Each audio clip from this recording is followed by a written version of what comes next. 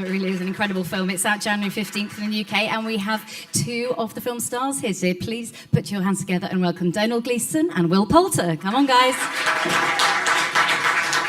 Welcome, welcome. Well, we've just seen the trailer, and I think everyone sort of did a sharp intake of breath as they realised kind of what an epic experience this is going to be. I mean, having watched it, I was deeply moved and excited and kind of gripped. What brought you both to the project, and what did you get out of it, if that's not too sweeping a question? No, not at all. How did we first come about to be involved? Yeah. So I think the script was in circulation for a while, and it was interesting. It was the first time I've ever read a script and heard so many people say it's the best thing they've ever read, which is quite a lot of pressure on the script. I have to say it totally lived up to that pressure, and really the most affected I've been from something just on the page, just from reading something. I've never read anything that was so visceral and emotionally affecting before any visuals were attached at all. And then I think finding out that Mr. DiCaprio and Mr. Hardy were involved, and that it was being directed by Alejandro was a huge incentive for me. You weren't attached at that point yet, sir, so I should point out that had you been attached, I would have been even more excited. Will was cast before me, yes. But what I meant is I was only aware of those three attachments at the time, so it was very exciting for me. And even the chance to audition was huge, and couldn't believe I got the part. I felt very lucky. Yeah, and Domhnall, I mean, how did you come to it? And perhaps also you could explain to us a little bit more about the story and what your character plays in it. Yeah, I'm aware this is strange because we can't answer questions about Apple, by the way. We know nothing about the product. So if somebody's here to ask about a problem with your iPod, I can't help you. I'm very sorry. If you're here to talk about the film, it's weird because I don't think anybody has seen it, which is strange. So it's strange to talk about it. Yeah. Maybe we just shouldn't. The film is based on a true story about Hugh Glass, played by Leonardo DiCaprio. There was a bunch of fur trappers in the 1820s. One of them got attacked by a bear. And why is one person laughing at me? Am I messing this up? I think. Sorry. So anyway, that's kind of the basic setup. And then he's left back with Tom Hardy to look after him, and then he just won't die. And that's the film. Yeah. No, that's very well summarised. Yeah, thank you. Yeah. On the back of the DVD, like the blood. It's kind of a story of survival and revenge and good versus evil and all those things. Is that fair to say? Also that, yes. Yeah, that too. And then I came to, it was exactly the same as Will. I read the script. It's an amazing story. Yeah. And it's not one of those amazing stories which is so unbelievable that you kind of watch it and you say, oh, right, okay, that's interesting that happened. It's incredibly gripping and really exciting, and I think that's what you look for, so that's why I wanted to do it. Absolutely. Now, watching it looks like it must have been pretty grueling to film. Was it even more than we can possibly imagine? I mean, was it incredibly challenging? I think possibly. I think the film is very intense. It's a very kind of immersive and visceral watch, and I think for the most part we feel like we couldn't have created that unless we went through it to an extent. Like we almost went through what they went through, and we did shoot this, all on location, all in natural light, all with real weather elements, which made it a lot more challenging and generally pretty cold.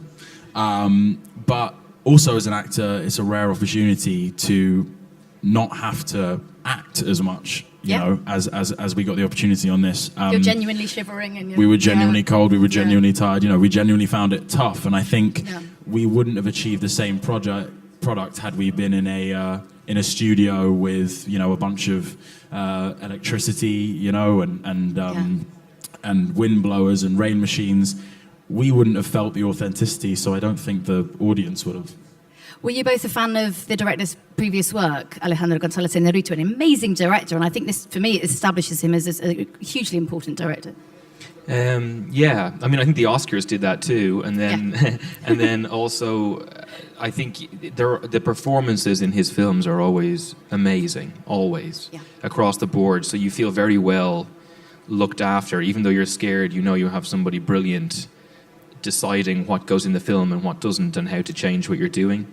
And then they also screened Birdman for us right before we started shooting, to show us some sense of this tightrope we were walking, about these long takes, the kind of choreography, but then also the invention that has to exist inside of that. So we were already incredibly excited to work with him, and then they showed us the film, they showed us Birdman, and it was just even more incentive to try harder and to believe more. Well, you were both absolutely brilliant in it, may I say. Terrific. I mean, you mentioned Tom Hardy and Leonardo DiCaprio. How would you describe them both individually and the experience of working with them? I think the parallel that exists between Tom and Leo is absolute professionalism. You know, they're two very, very focused individuals when they're on set. They work incredibly hard. They both have a huge appreciation for the detail in every scene, you know.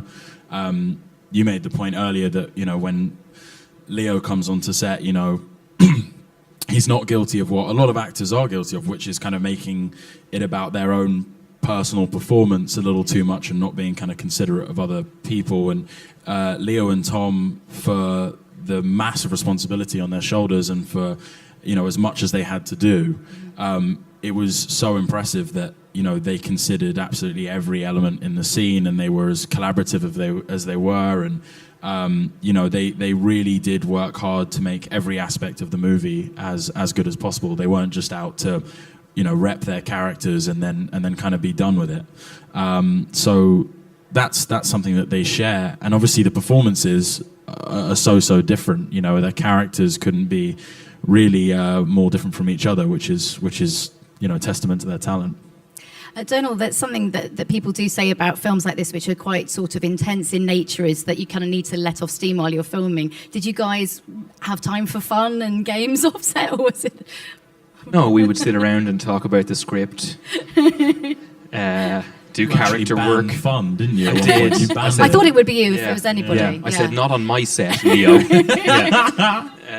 No, we did. You know, there was. It is important to have fun, but there was also time to have fun on set. Like the part of the way the film is shot is that it was shot using natural light at all times. So you'd be waiting for the time of the day when the sun was in the right position and the clouds had moved into the right position. You were hoping that they would all move into the right position, and that everything would look right. And then when it got there, you had like half an hour sometimes to get a really chunky scene done in like 2 takes. Wow. So the pressure was incredibly high, but it also means that when you either get it, or when you're in the lead up to it and something goes wrong and you have time to laugh, right, you tend to laugh a lot. I mean, we did sit around, and I laughed a huge amount on the job, but then once things got serious, it got very, very serious. So knowing which bit is which, it was very important. Yes, no doubt. Yeah. You guys seem like you bonded on set, or were you kind of chums before? Us, yeah, you two. We hate each other. Yeah, okay, all right. We'll move on from that. Sorry, awkward question.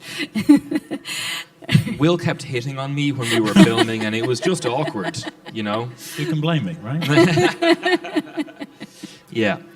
But we slept together at the rap party. So I think that's kind of got rid of some of the awkwardness. Some of the energy. No, we got incredibly close during the shooting of the movie. All of us, you know, I think this was physically and emotionally, you know, pretty tough. And we were with one another almost every minute of every day for 7 months. So, you know, you couldn't help come out of this experience with very, very strong feelings about each other, whether it was going to be hate or love. And it turned out to be love. And we're both, you know, we're both very close, and all of the guys, you know, have become very close with one another, and that's been fantastic. The experience, you know, create genuine camaraderie between us. Yeah. So it's great. Would you say the experience of making this film was very different from what any of you had been through before? Because I suppose most people would associate with you different kind of films. Yeah. Yes. I think everybody on it said it was different to everything they had done before. Yeah. And that includes Alejandro, that includes Chivo, who shot it and has shot a great many great movies across the board, and all of the crew. Nobody had ever worked in conditions like that, on a film like that, in that way. None of those 3 things had you done on their own. And together it was completely crazy. I mean, it was a really, really nuts experience. So I think it was different for everybody. Before we cut to the audience, perhaps you'd like to share what, well, I think we know what most of you are up to, but perhaps tell us what you've got in the pipeline. Will? Oh, sure. I feel like there's more of a question for you, but real brief. I just finished shooting something called War Machine, and one of my friends who I shot it with is actually in the audience, which is amazing. Yeah, I did that in Abu Dhabi. It was very exciting. Great. Yeah, you know, honor being involved in the project. Good stuff. Can't wait to see it. Now talk about Now I think Star we know Wars. something, a little film coming up. Who wants to know the ending? As long as we keep it between us. It's not being filmed, is it? No, tell us. Yeah, so Star Wars is coming out. I'm in that. And Brooklyn came out, and I was in that. And then I did a film with Tom Cruise and Doug Liman called Mina, and I'm hoping I'm in that. And then I just did like a stoner comedy with Thomas Hayden Church and Christina Applegate, and I'd better be in that because I was in every day on it, and if I'm not, I will be furious. Yeah, that's it. Fingers tightly crossed, thank you. Okay, well, let's cut to the audience. Wait for the microphone to come to you, please. Pop your hand up. Okay, over there, please. That was quick. Hello. There's been a lot in the press about how visceral this film is. You know, there's all these kind of hilarious stories of women fainting after screenings, etc. Do you think that's a help or a hindrance when you're bringing a film out? Like, is it going to stop some people from going, or is it going to encourage them?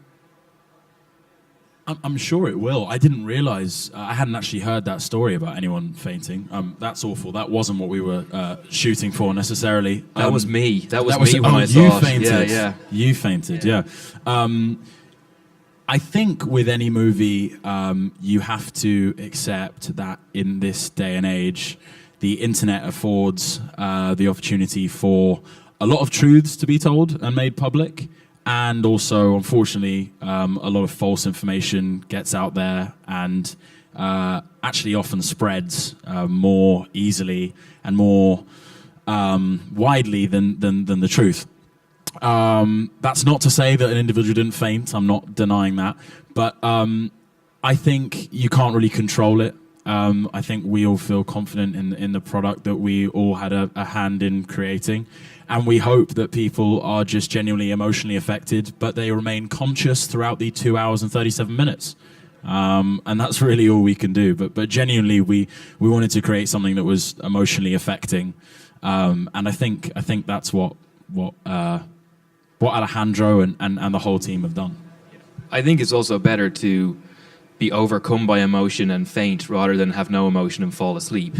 And I think the film is very, very affecting. When I saw it minute to minute, it was so exhilarating that it was almost overpowering at times, but it was always entertaining, which I think sounds wrong almost given the subject matter. But minute to minute, I couldn't wait to see what happened next, even though I knew.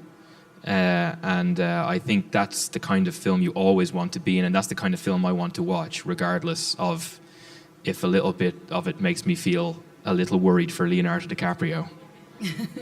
Thank you. Great answers and good question. Thank you. Okay, got one up here. Thank you. Hi. I don't know if you're allowed to tell us, but are you back for the death cure like you should be? Do you know what? I genuinely don't know. For anybody who doesn't know what we're on about, I did a film called The Maze Runner. The second one's called Scorch Trials. The third one's called The Death Cure. I play a character who's supposed to be in it. I don't know. You don't? I wish I could tell you. They already, didn't No, they? they've shot the second one and that came out. And I wasn't in that, so it's better for it. And I might be back to lower the general quality of the third. You better talk to Wes. But I'll have a word with Wes. I will drop him a text. I'll do my best. Yeah. Good. Oh, that's nice. Okay, there's another question in the front row here. Thank you. Pass the mic down. Thank you. Hi ho. Careful. Did you almost faint there? Is that what happened? Yeah, obviously. You almost fainted. Looking at you, Just obviously. the trailer. Yeah, it was the trailer, obviously. No, I was wondering, I read obviously a lot about the fact that you shot it in natural light and the situation was quite grueling to shoot the movie. And just as a personal question, did you feel sometimes that you weren't allowed to just act that? Like, why couldn't you just act like being cold or anything? Did you feel, I don't know, like they didn't trust you to do that? It's just my personal question. I don't know how you feel about that, and I'd actually like to know how you feel like an actor, because I feel like you're not trusted to actually act. It's easier to be cold than to pretend to be cold. It's easier to just do the scene and not think about having to pretend to be cold, rather than thinking about the scene and pretending to be cold. So I was fine with it. I quite like the cold. If I have to be in the heat, I get very cranky and I want to punch someone. So I was really happy to be in the cold. But it was, I think we all knew that he was pushing us to places on purpose. Alejandro wanted it to be difficult. He didn't want this to be easy, and he wanted it to be a journey that was going to be very difficult to go on, and to push all of ourselves to our limits, including himself and including the crew and everybody. And I think when you see the film, I think that will make sense, because what's in front of you, to me, doesn't look like acting. It looks like terrifying, brilliant, horrifying real life. And I think that's kind of part of what makes this film special. Yep, great answer. Anything to add there, Will? No? I can't, no. No? Jolly good? Okay. Anyone else with a burning question about this or anything else? We have one back there. Thanks. Hello. Obviously, we haven't seen the movie, but we've seen the trailer, and you guys being up there. And there's no women in either the trailer or, I don't know. Are there women in it? And are they good? Like, what are they like? There are women in it, and they are equally good, if not better than the movie. That's up to you, I suppose. But yes, there are women in the movie. There's some incredibly strong female characters in the movie. Most of Glass's actions in the movie are motivated by his wife and his son. Family is a kind of key theme within the movie, and I can't really say any more without giving away something quite important. But a female character is very, very central and influential in Glass's survival tale, is what I'll say. Nicely put, yes. But I would agree, yes, there are women in it. I can back you up on that. I have seen it, and there Thank are. you. Yes. Any other last couple of questions? Can't quite see it back there. Any more? Well, I've got a few more things to ask you guys before we go. You talked about getting on well on set. How did it feel once you finished filming such an intense experience? Does it kind of feel like, it kind of, everything sort of dawns on you? Yeah. I think it was... By the end of the film, I was ready for it to be the end of the film. It had been a very intense, very long shoot, the longest shoot I'd been a part of. And when it was over, it took a little while to get back to normal life. You know, it was a strange world to exist in for a long period of time, and away from everybody who you know. So like this group of people, and it is, you know, it was mostly men who I was dealing with in the acting side of things day to day. Fur trappers at that time were pretty much exclusively men, but that group of guys in the hotel were my little family while I was away from home, and then I went back to my real family, which does include women. Yes. and that was great. But the two worlds felt so separate. It was a strange one going back to normal life. It must be a bit of a culture shock at the end of the Oh, film for sure. Yeah. Did you kind of like go back home and have a lovely meal and go, feel all warm and cozy? We ate quite well in Calgary generally, actually. Yeah, we did. Will found some pretty amazing places to go to. Yeah. Yeah. What about awards? Because obviously the director has did brilliantly at the Oscars last time. I've got big hopes for this. What do you guys reckon? You know, I don't know. I think, again, slightly returning to the point we made earlier, I feel like for us that wasn't an objective going in necessarily. I mean, I can't speak for Alejandro really, but I'm not sure he would have made this with the sole purpose of winning an award. I think that will be a fantastic bonus, and I'm sure if it's awarded to him, then that's kind of that would be deemed credit due, and you know, he'd be a worthy he'd be a worthy acceptee. Is that what we're saying? Winner. Winner. Let's go with winner. Let's go with winner. I'm dyslexic. Who am I kidding myself? Winner. He'd be a worthy winner and a recipient. That's what I was looking for. He'd be a worthy winner recipient, and I think that it will just be seen as kind of a lovely bonus. But for us, you know, the main thing is that audiences are affected by it and they enjoy it, and you know, they think it's worth their time and money, you know, going to see it. Well, I think it really is. January 15th, guys, go and see it. And thank you both so much for joining us Thanks today. for having us. Appreciate it. Talking about The Revenant. Thank you. Thanks a lot. Thank you all.